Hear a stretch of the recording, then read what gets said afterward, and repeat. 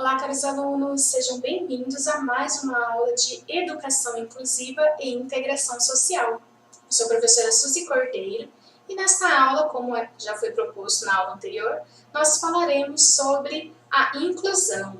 Na aula passada a gente viu um pouquinho sobre integração, lembra? Então, nesta aula, nós agora vamos aprofundar este assunto da integração e como que foi a transição da integração para a inclusão que nós vemos hoje nos documentos e nos demais aspectos da sociedade como um todo, então nos setores sociais, na escola, enfim. Como que ocorre a inclusão, de onde que ela surgiu, em qual contexto ela surgiu, ok? Bom, na aula anterior, então só para a gente lembrar, eu iniciei a aula com uma pergunta que norteou toda a nossa aula e propus então que vocês participassem lá no chat da nossa aula e aqueles que fossem respondendo ao longo da nossa aula ganhariam algumas pontuações no nosso jogo aqui da nossa aula, como eu propus para vocês. Então, na aula passada, quem participou ganhou 5 pontos no nosso jogo. Então, foi o Jonas Micael, acredito que seja assim a pronúncia, se não for, peço desculpas, e também o Alberto Valflix, acredito que também seja assim a pronúncia, ok? Então, vocês dois já estão com 5 pontos liderando o nosso jogo aí. Mas calma, se você não participou da nossa aula ao vivo, não tem problema.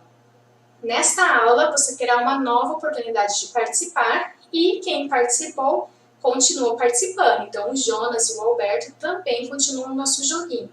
E lá na quarta aula, vocês ficarão sabendo o que essas pontuações significam, o que elas vão trazer de benefício para vocês, combinado? Além, é claro, das nossas aprendizagens, porque quando a gente participa da aula, a gente consegue ter uma aprendizagem maior. A gente participa do nosso processo de aprendizagem e torna muito mais significativo, ok?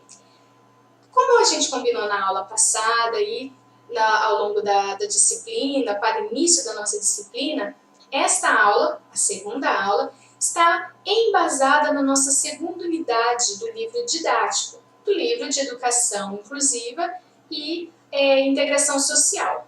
Nesta aula, então, nós veremos sobre esta unidade que vocês estão vendo nos slides, cujo título é Trajetória Política e Legislativa da Educação Especial e Inclusiva, Tendências e Desafios. Vocês viram, então, que na aula passada a integração ela surgiu num contexto em que não se tinha como mais a gente fechar os olhos para aquelas pessoas com deficiência e outras naturezas que acabam impactando sim na vivência do sujeito em sociedade, em como ele atua de forma plena ou não na sociedade. E por isso, sobretudo por conta dos soldados que voltaram da Segunda Guerra Mundial, mutilados, muitas vezes com algumas sequelas neuronais, algumas lesões que acabavam afetando partes dos seus movimentos, parte da sua cognição. Então, começou-se a pensar em como ajudar estes sujeitos a atuarem de forma plena na sociedade. E então, pensou-se em formas de inseri-los na sociedade para que pudessem atuar com seus direitos e seus deveres. Porém, isso não foi muito suficiente ao longo do tempo, porque mais que estar inserido, nós temos a necessidade de fazer parte daquele locus onde estamos, de atuar sobre a nossa sociedade, enfim, a nossa cidadania. E muitas vezes essas pessoas ficavam prejudicadas. Então, verificou-se com o tempo a necessidade de se ter políticas que ajudassem essas pessoas a atuar então, em diferentes setores sociais, seja na saúde, seja na educação e assim por diante. Então, como que essas pessoas vão atuar perante a sociedade diante das suas limitações? Que nós sabemos que elas possuem algumas limitações, sim, mas nós também temos que ver que há potencialidades e por isso precisamos dar as condições necessárias para que essas potencialidades sejam mostradas e assim eles consigam atuar de forma plena na sociedade. Vamos passar aqui o nosso slide. Então, olha só, o objetivo da nossa aula de hoje é conhecer a legislação e os amparos legais da educação especial e inclusiva, a fim de compreender os direitos da pessoa com deficiência e demais do público-alvo da educação especial. Apresentar a Política Nacional de Educação Especial na perspectiva de educação inclusiva e na escola e na sociedade, como que esse sujeito vai atuar. Para conhecermos, então, o papel social da instituição e dos seus atores. Conhecer as diretrizes nacionais da educação especial na educação básica, também é um objetivo desses conteúdos da unidade 2, a fim de compreender os direcionamentos da educação para o público-alvo da educação especial. Então, ao longo deste capítulo, desta unidade 2, vocês verão todos esses aspectos. Surgindo dúvidas, pessoal, mandem mensagem para a professora Samantha lá no Fale com o Mediador. Vocês também podem enviar mensagens, suas dúvidas, suas sugestões no link da nossa aula, lá onde fica disponível o link da nossa aula, combinado? A professora Samantha e eu estamos verificando constantemente o ambiente para poder sanar as dúvidas de vocês, para que vocês então consigam atingir o objetivo com a aprendizagem nessa disciplina, ok? Na aula passada, então, a gente estudou a unidade 1, hoje vamos estudar a unidade 2, e no que consiste a nossa unidade 2, a nossa aula 2, na verdade. Ela vai, além de explicitar a nossa unidade 2, vai trazer algumas reflexões, algumas experimentações. Mas para isso, eu vou precisar da ajuda de vocês. E é por isso que a gente pede sempre a participação e interação na nossa aula. Mas já já você vai ficar sabendo como fazer essa interação e cumprir o novo desafio da aula de hoje para ganhar aí os pontos do nosso jogo na nossa aula, combinado? Então vamos lá. Na aula passada também eu falei para vocês participarem da nossa nuvem de palavras, lembra? E vocês, claro que participaram, agradeço a participação de vocês. E eu tinha perguntado então, pedido para vocês pensarem quais são as 3 primeiras palavras que vêm à mente quando se fala em deficiência. Seja da pessoa com deficiência ou seja da deficiência em si. Quando a gente escuta essa palavra, o que nos vem à mente? Pedi para vocês elencarem lá 3 palavras que vem como representação social, ou seja, aquilo que a gente constrói muitas vezes de forma inconsciente como um significado de algo que está presente no nosso cotidiano. Por exemplo, a deficiência. Por mais que a gente pense que não está presente, a todo momento a gente vê pessoas com deficiência ou lugares com falta de acessibilidade para essas pessoas. Então, até o fato de não percebermos essas pessoas ou essas questões que implicam em suas mobilidades e atuação na sociedade, também vai formulando as nossas representações sociais. E claro, como o próprio nome já diz, essa teoria de representação social, ela tem um cunho social. Então, nós vamos formulando essas representações, essas significações, por meio dos nossos contatos sociais, das nossas conversas. Muitas vezes, sem perceber, a gente acaba construindo um conceito de um determinado objeto ou de uma situação, sem perceber, em contato com os nossos colegas, com os nossos colegas de trabalho, com os nossos colegas de classe, enfim. A gente acaba construindo uma significação daquilo que nos rodeia, sem percebermos. Então, vamos ver o que vocês falaram lá de significação de deficiência. Nós temos muitas palavras ali e o que mais se destaca, como vocês podem ver no slide, é a palavra dificuldade. E realmente, a deficiência ela traz algumas dificuldades de atuação na sociedade. Então, seja dificuldade de se locomover ou até mesmo uma dificuldade de atuar em sociedade. E a gente vê também outras palavras como a superação. E foi a única palavra positiva que está relacionada com a deficiência. E isso é um ponto curioso da gente pensar. Daqui a pouco vocês vão saber por quê.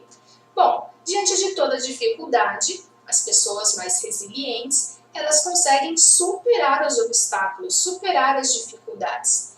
Isso pode ocorrer de uma forma mais branda, com ajuda, então, por exemplo, no caso das deficiências relacionadas às suas dificuldades, como a mobilidade. Se eu tenho políticas sociais que vão cuidar da infraestrutura da cidade, a fim de ajudar na mobilidade das pessoas com deficiência, elas têm uma ajuda e isso acaba facilitando que elas superem as dificuldades de mobilidade, que, de uma forma ou de outra, continuarão a existir.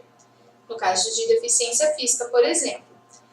Agora, pode ser que o meu estado, que o meu município, ele não invista nessas políticas e nessas ações que visam ajudar essas pessoas a superarem as suas dificuldades. Aí, também uma questão de resiliência, essas pessoas vão desenvolver meios, habilidades de superar os seus desafios, mas é claro que de uma forma mais difícil, e por isso que nós precisamos estar sempre atentos, incluindo nós professores, porque essa dificuldade e essa superação, elas também aparecem na sala de aula, e nós precisamos discutir isso, quebrar esse tabu de falar em deficiência, falar em pessoa com deficiência e demais público-alvo da educação especial.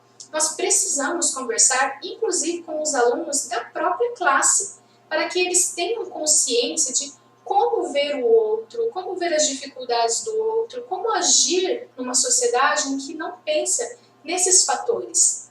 Então a gente precisa sempre questionar, refletir sobre essas questões, inclusive na sala de aula.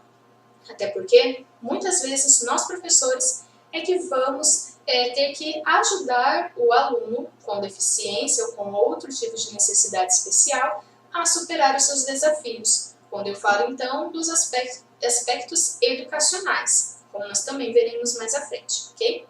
E como eu falei, a superação, ela foi o único ponto positivo a ser relacionado ali com a deficiência.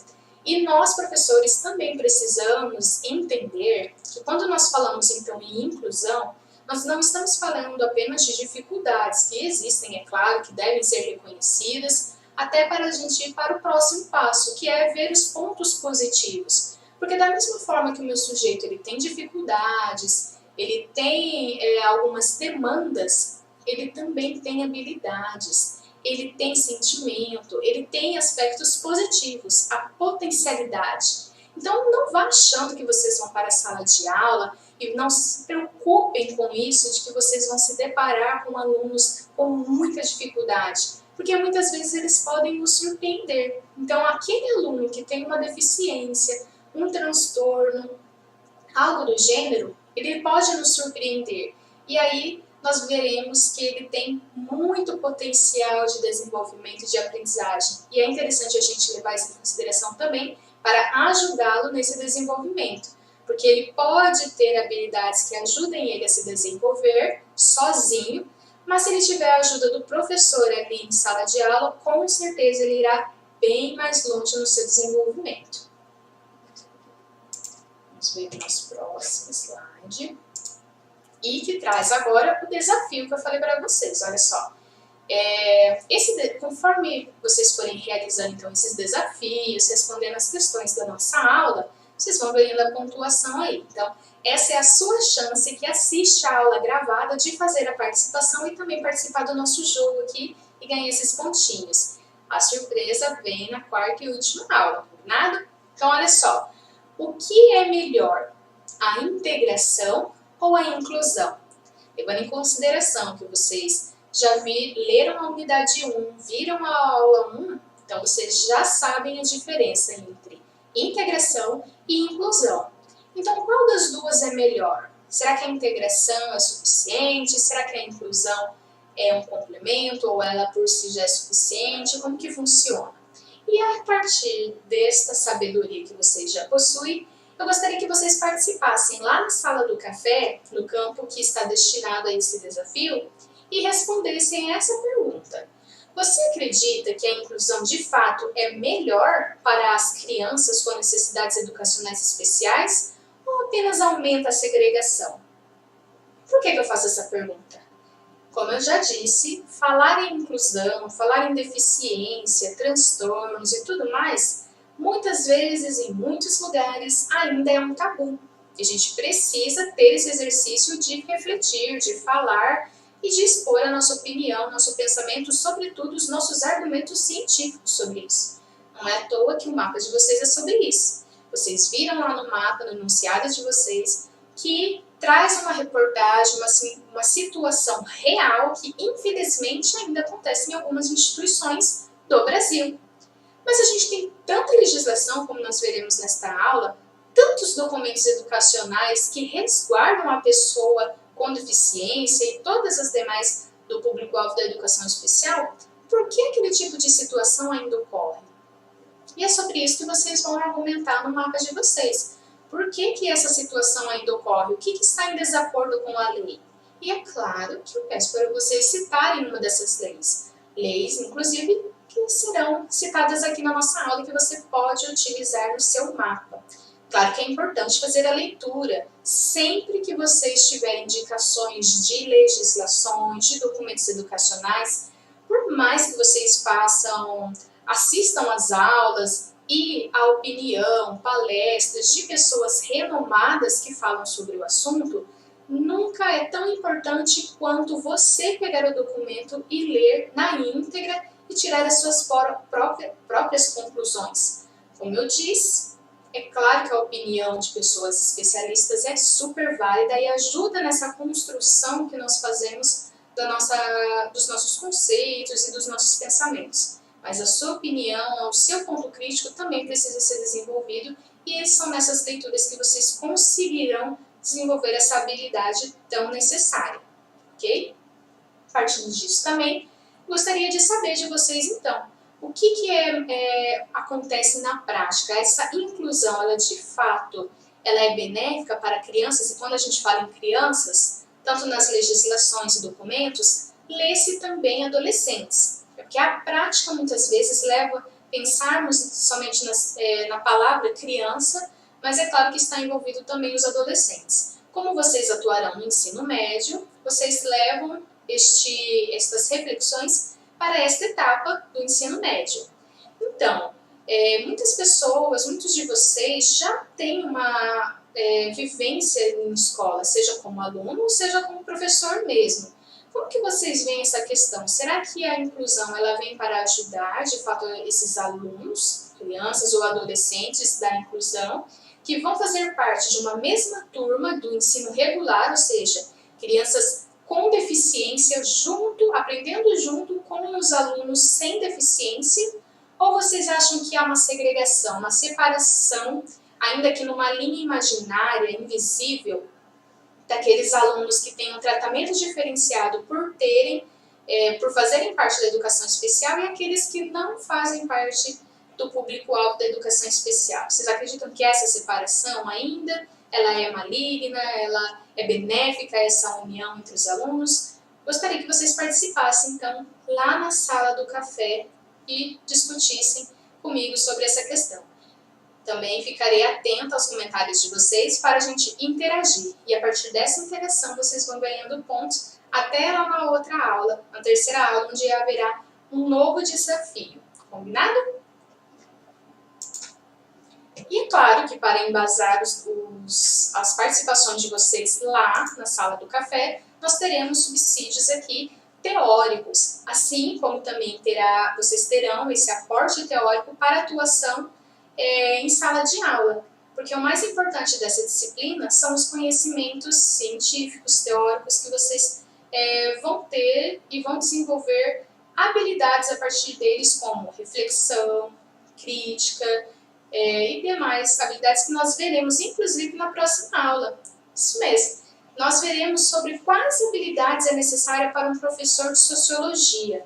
Já que vocês vão atuar no ensino médio, o que vocês precisam ter além do conhecimento teórico, como habilidade para um professor tratar os seus alunos de forma inclusiva e trabalhar com os alunos do público-alvo da educação especial. E a gente começa todo esse embasamento teórico com as leis, que a nossa disciplina ela trata muito das questões legislativas, as políticas que defendem a educação especial. Então, nós temos aqui neste quadro do slide algumas leis. É claro que vocês viram lá na unidade 2 que existem várias leis para cada deficiência, para cada transtorno. Há um aparato legal que vai direcionar o trabalho do professor e da escola como um todo. E aqui a gente vai pegar os documentos principais de forma ampla e por isso que é interessante vocês mandarem as mensagens com relação às dúvidas, a vivência que vocês já tiveram, se depararam com alguma situação muito específica, porque a partir dessas dúvidas a gente trabalha de forma mais específica também. Outras constituições e outras leis de diretrizes e bases da educação nacional já existiram, como já é de conhecimento de vocês. E em todas elas existiu, principalmente a partir da Constituição da década de 40, houve citação a pessoas com deficiência, pessoas como que elas iriam interagir na sociedade, o que o governo e o Estado poderiam fazer para ajudá-las.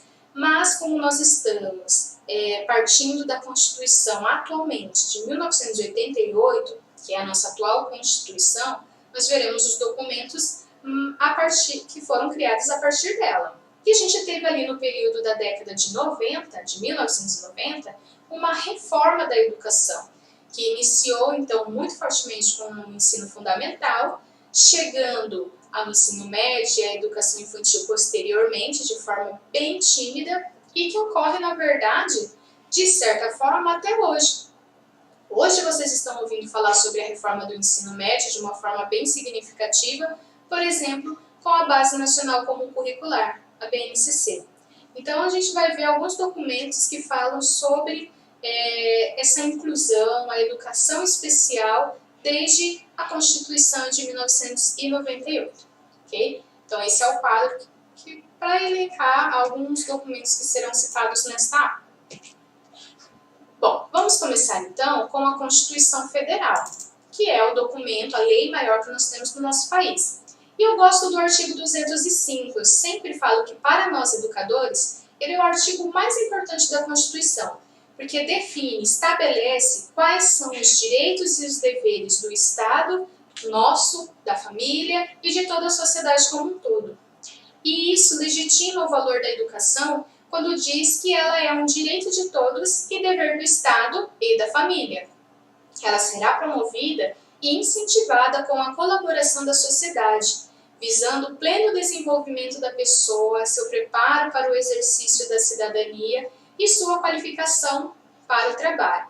Então, quando ela fala que é um direito de todos, quem que são esses todos? São todos, independentemente da natureza. Se é uma pessoa com deficiência, se é uma pessoa sem deficiência. Então, aí a gente já começa a ver que ela tem embasamento nos direitos humanos e que ela atende uma necessidade aí de inclusão social. E por isso ela também é importante. Por isso também que ela é conhecida, por isso e por outros aspectos que nós vemos ao longo dos artigos da lei, que ela é uma Constituição cidadã, frente às outras, que pensavam não tanto no cidadão, esta visa muitos direitos sociais. Então, a educação vem como um direito social, a saúde vem como um direito social. Então, nós temos muitos ganhos com a Constituição de 98, inclusive para as pessoas do público-alvo da educação especial. O artigo 208 da Constituição também é importante, porque ele fala que o ensino será ministrado com base nos seguintes princípios. Inciso 1, igualdade de condição. Então, pessoas com deficiência, pessoas sem deficiências têm a mesma condição de ensino e de aprendizagem, precisam ter a mesma condição de aprendizagem, e como isso vai ocorrer na prática? Por meio das ações docentes que o professor vai preparar para dar condição igual a todos. Por que isso é necessário? Para o acesso e permanência na escola de todos os alunos. O outro inciso também garante a padrão de qualidade, porque não basta o aluno estar inserido, como nós vimos, na sociedade, na escola, ou então ter uma lei, um documento nacional que fala que ele precisa ser incluído nas ações pedagógicas de ensino e aprendizagem. É necessário que essa educação que está sendo ofertada seja de qualidade. independentemente se é por modalidade de educação especial ou outra, ou não. Toda educação, todo acesso à educação deve ser com qualidade.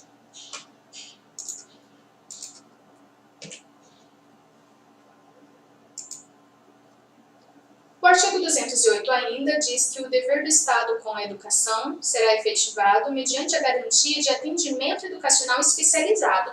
Isso é muito importante. Esse inciso 3, ele fala especificamente dos alunos com deficiência e do público-alvo da educação especial como um todo. Veja só, esse atendimento educacional especializado deve ser especializado aos portadores de deficiência, preferencialmente na rede regular de ensino. O que isso significa? A rede regular de ensino é a rede em que todos os alunos sem deficiência frequentam. Então, o aluno com deficiência também deverá frequentar este mesmo ensino, preferencialmente. Por quê? Porque ele é obrigado a frequentar, assim como os outros, na faixa etária ali dos 4 aos 17 anos, nós sabemos que a educação ela é obrigatória e isso também inclui os alunos com deficiência, eles também são obrigados a frequentar a escola.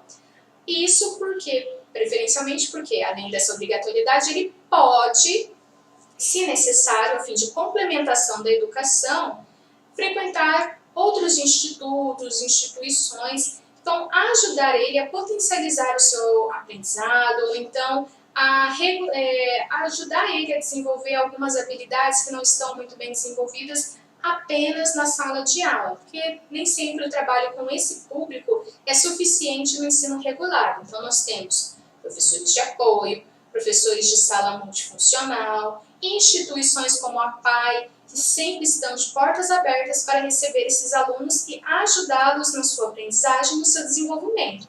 Então, por isso que fala preferencialmente, não é que é uma questão de escolha, a família, o aluno pode escolher entre o ensino regular e um ensino complementar. Não, é obrigatório o ensino regular e mais o complementar se necessário, se a família desejar e tiver condições. Muitas vezes também as secretarias de educação dão esse aporte. Quando é na escola, tem-se a sala multifuncional, tem o professor de apoio e outros recursos. Quando a família ela tem condições, além desses espaços, ela também pode procurar outras instituições, outros lugares, a fim de complementar o desenvolvimento e a aprendizagem desses alunos. Saindo um pouquinho da Constituição Federal, indo para um campo maior, um documento amplo a nível global, nós temos a Declaração de Salamanca. E ela é muito importante, não tem como a gente falar de educação inclusiva sem falar da Declaração de Salamanca. Então, ela traz alguns artigos que visam trazer a oportunidade de pessoas do público-alvo da educação especial terem as mesmas oportunidades. Recomendo a leitura deste documento, vou deixar lá no material da disciplina para que vocês façam a leitura após a aula, combinado? É um documento muito interessante e traz a nível global o que está sendo esperado de cada país, né, no que tange a educação especial. O que precisa as escolas, o Estado e todos os setores sociais saberem e fazerem na educação, ok? Nós temos ali, então, por exemplo, o artigo 35, que fala que cada escola ela deve ser uma comunidade coletiva, responsável para o sucesso ou fracasso de cada estudante. E a gente tem que tomar cuidado com essa palavra fracasso escolar, porque muitas vezes a gente usa ela de forma indiscriminada e ela é ele é um termo, na verdade, que culpabiliza muito o professor, porque quem é responsável pelo fracasso ou sucesso do aluno? O professor, né? O aluno em si, tanto com alunos da educação especial ou não, quando a gente fala em fracasso escolar, a gente tem que contextualizar. Afinal, o aluno ele não aprende sozinho, ele não faz parte do processo de ensino-aprendizagem sozinho. Há toda a equipe pedagógica por trás e que é responsável pelo seu sucesso ou pelo seu fracasso. Então, cuidado ao usarem esse termo fracasso escolar, ok? E esse artigo também vai pontuando que os pais, os professores, e não só um professor de uma determinada disciplina, mas sim todos são responsáveis pelo desenvolvimento e pela aprendizagem desse aluno. Então, é necessário um trabalho conjunto, que nós veremos também na próxima aula, como que deve acontecer esse trabalho conjunto. É tão importante que os professores saibam trabalhar a fim de desenvolver um currículo adequado para os seus alunos, fazerem um trabalho interdisciplinar para que em todas as disciplinas o aluno se saia muito bem. E também os pais e responsáveis de forma geral, eles estarão tendo as suas responsabilidades cobradas para que esse aluno também consiga fazer, ter o seu desempenho da forma mais satisfatória. Porém, a gente tem que saber separar o que é responsabilidade do professor e o que é responsabilidade dos pais, das famílias. E isso também a gente verá na próxima aula. O que é papel do professor? O que exatamente o professor tem que saber? Será que o professor tem que saber fazer diagnóstico? Será que o professor tem que saber trabalhar com esse aluno de forma plena? Como que é esse trabalho do professor? Qual que é a função social da escola? Tudo isso tem que ficar muito claro para que instituições e pessoas de fora não venham trazer para nós, professores, aquilo que deve ser feito ou não quanto ao nosso papel. Nós precisamos saber e fazer bem o nosso papel, para que a gente não escute de outros profissionais ou de outras instâncias como desenvolver o nosso papel. Combinado? A gente fica o convite para a próxima aula, que falará sobre este aspecto.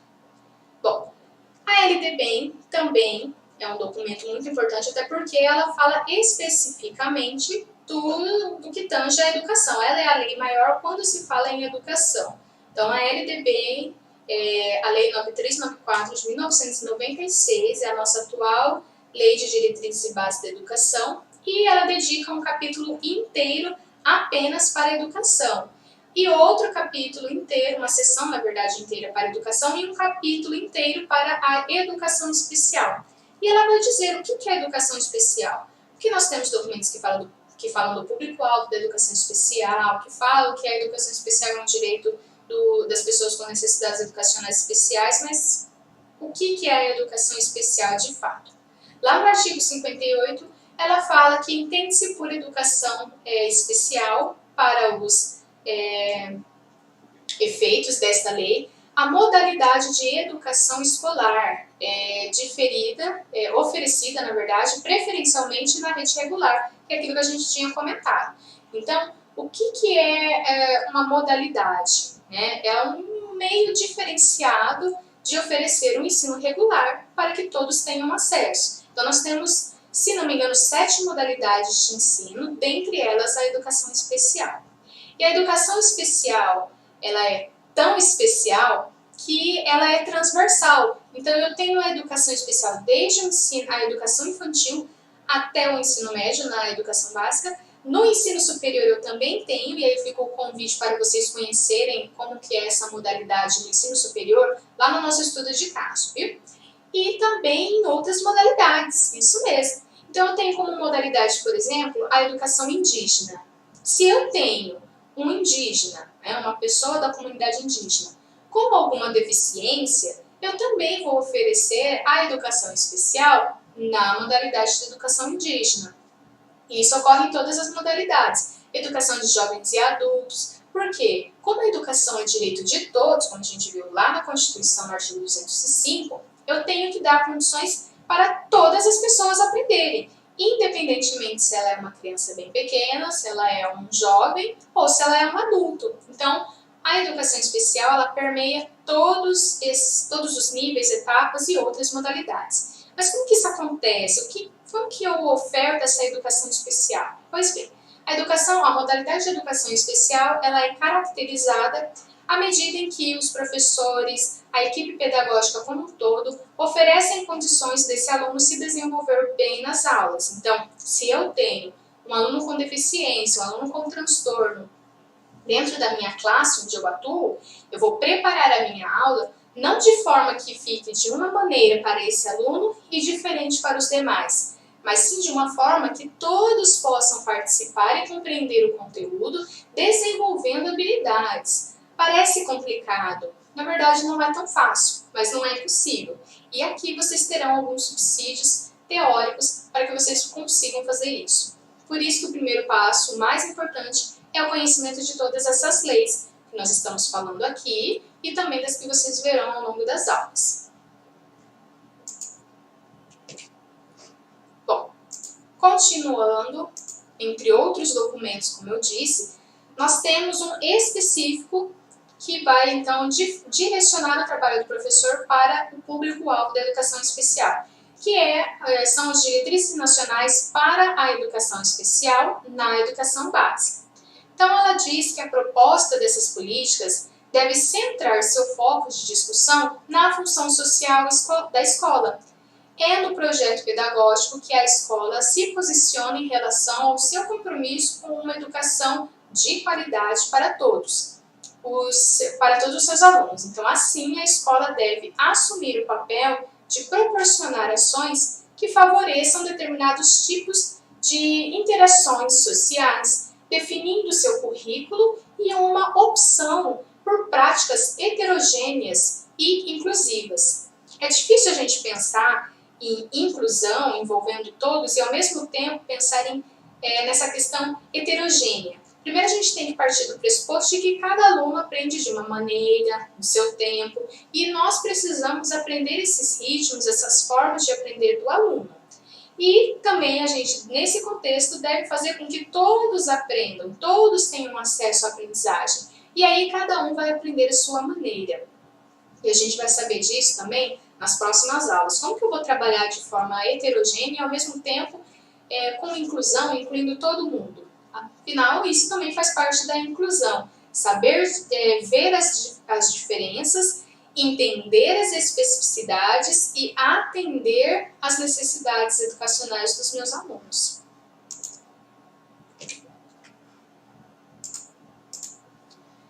Bom, essa mesma política, ela fala que, na perspectiva inclusiva, então, tem o objetivo de assegurar a inclusão escolar de alunos com deficiência, transtornos globais do desenvolvimento e altas habilidades, além de outros transtornos. Nós vimos na integração que atendia apenas pessoas com deficiências, fosse deficiência física, cognitiva, enfim. Mas, com a inclusão e todas essas políticas que nós estamos vendo, além das pessoas com deficiência, também faz parte do público-alvo da educação especial, da inclusão, as pessoas com transtorno, por exemplo, transtorno do espectro autista, transtorno da déficit de atenção e hiperatividade, transtorno desafiante opositor e todos aqueles outros transtornos que vocês já ouviram falar ou verão na prática. Além deles, também entra aqui as pessoas com altas habilidades, superdotação e diferentes deficiências. Na verdade, a gente precisa entender a inclusão da seguinte forma. Se eu falo inclusão, eu falo de todos, como eu já mencionei no início da aula, independentemente da deficiência, do transtorno que essa pessoa tem ou não.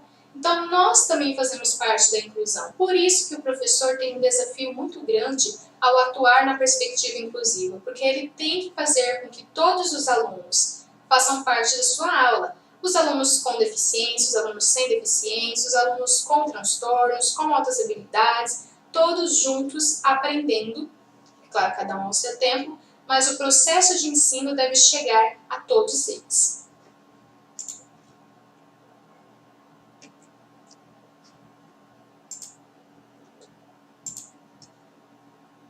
Nós temos mais um pouquinho aqui do plano da Política Nacional de Educação Especial na perspectiva da educação inclusiva, que também é conhecida como PNP.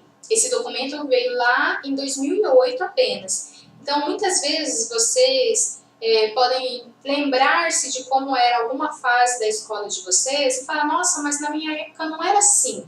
Na minha época tinha classe separada, classe dos alunos com deficiência e a classe dos alunos sem deficiência. Ou então eu nem via aluno com deficiência ou com transtorno e tudo mais. Por que isso ocorria? Porque não tinha mesmo essa inclusão. Essa inclusão só veio de fato em 2008. E eu tive a oportunidade de atuar nas escolas nessa transição. Na verdade, eu atuei no município de Sarandi, vizinha aqui de Maringá, em uma escola ainda como estagiário, eu ainda estava cursando a graduação, e eu atuei na última sala de educação especial que teve nessa escola, que na verdade todas as escolas estavam passando por reformulação, e foi justo no ano de 2008. Então saiu esse documento e teve a última turma de educação especial. Eu atuei e realmente é muito triste você pensar que alunos com diversas dificuldades ficam concentrados, independentemente da sua faixa etária e daquilo que eles precisam aprender e desenvolver, em uma única sala com um único professor que precisa atender tantas demandas específicas. E os outros alunos acabam vendo essa sala com os alunos mais frágeis, e até a gente via essa questão de um preconceito dos próprios alunos, dos demais alunos que não tinham deficiência e outras necessidades especiais. Isso acaba sendo triste porque as próprias crianças da classe da educação especial também notam essa segregação, e por isso a gente fala hoje que não tem como a gente pensar de uma forma diferente a educação. É necessário a inclusão e participação de todos, até para que tenha essa interação, não seja um tabu, as pessoas saibam lidar umas com as outras, respeitando suas diferenças e ajudando o próximo, independentemente se tem ou não deficiência, se tem alguma necessidade educacional especial ou não. Então, eu tive o prazer de ver a última turma dessa escola em especial sendo concluída. Então muitos alunos já estavam sendo preparados depois da legislação a inserirem a sala do ensino regular no ano seguinte. E aí você podia notar a diferença no desenvolvimento desses alunos que tinham, além dos aspectos cognitivos trabalhados, também a interação social, que faz parte da função social da escola. Nós, professores, trabalharmos a interação social das pessoas, dos nossos alunos, até porque viver em sociedade é relacionar-se com o outro e com os outros, mesmo eles sendo diferentes. E nós chegamos ao desafio da nossa aula de hoje, que para a próxima aula, na verdade. Então, vocês já têm aquele desafio da sala do café, que vocês vão responder aquela pergunta valendo uma pontuação. No nosso jogo, que lá na nossa quarta aula a gente vai descobrir para que serve essa pontuação, o que vocês vão ter de benefícios com essa pontuação, quem teve as maiores pontuações. Então, olha só, para a próxima aula, então, além de vocês participarem desse desafio que vai ficar lá na sala do café, ao longo das nossas outras aulas, eu tenho esse desafio que é para já, a outra aula. Além de você ler a unidade 3, como já está combinado, né? Você fará a leitura da unidade 3, verá as aulas referentes à unidade 3, você vai cumprir esse desafio aqui, olha só. Desafio para as próximas aulas. Imagine a seguinte situação. Deixa eu ver aqui. Vou aumentar um pouquinho a letra. Então, olha só. Uma sala de aula com 35 alunos, sendo 3 deles com diagnóstico de TDAH, que é transtorno de atenção e hiperatividade. Além desses 35 alunos, então você tem esses 3 alunos com TDAH, você precisa lecionar um conteúdo de sociologia. Mas, como eles apresentam dificuldades de atenção ou de comportamento, precisa pensar em uma aula que tenha significado para todos. E, como eu disse, todos, quem são todos? Todos os alunos, com TDAH e sem TDAH nesse caso. Como que você faria isso?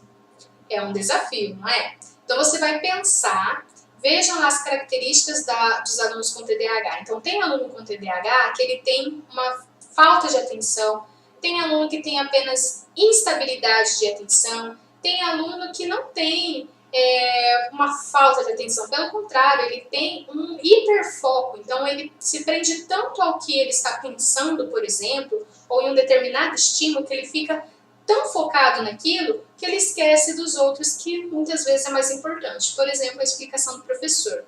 O mesmo ocorre na hiperatividade. Eu tenho alunos hiperativos que são assim, né, que têm essa dificuldade de controlar os impulsos por questões neurológicas, e outros por questões sociais, porque não teve desenvolvimento da habilidade de comportamento. Então, como que eu vou agir com essas 3 diferentes naturezas tão específicas que demandam mais atenção minha e mais os outros alunos? Então, totalizando 35 alunos aí que eu tenho que pensar de forma inclusiva para atuar. Então, eu não posso trazer uma atividade específica para os alunos com TDAH e passar outra atividade que não envolva os demais, ou vice-versa. Então, eu tenho que incluir. Como que você faria isso? Comenta lá na sala do café, que eu vou deixar esse enunciado, esse desafio, e vocês vão comentando como que vocês fariam, ok? Lembrando que não é certo ou errado, pessoal. Nós estamos no momento de propor esses desafios para que vocês cumpram, para que vocês pensem, e assim, se a gente vê que precisa de uma intervenção, nós vamos fazer, nós vamos falar, olha, que tal a gente pensar por esse caminho? Esse é o momento, porque quando vocês estiverem na sala de aula, vocês terão a teoria muito bem embasada e reflexões sobre a prática. E você que já tem uma vivência prática, fica muito mais fácil de trazer para nós quais são os desafios enfrentados atualmente, combinado? Eu deixo aqui nos slides, pessoal, as referências utilizadas para essa aula. A aula passada foi com base no livro didático, essa foi com outras referências, como vocês viram nos documentos e legislações, que vocês poderão utilizar no mapa de vocês. E esse slide está disponível no material da disciplina de vocês, para que vocês vejam com mais calma e tenham acesso até a essas referências, os links dos documentos, das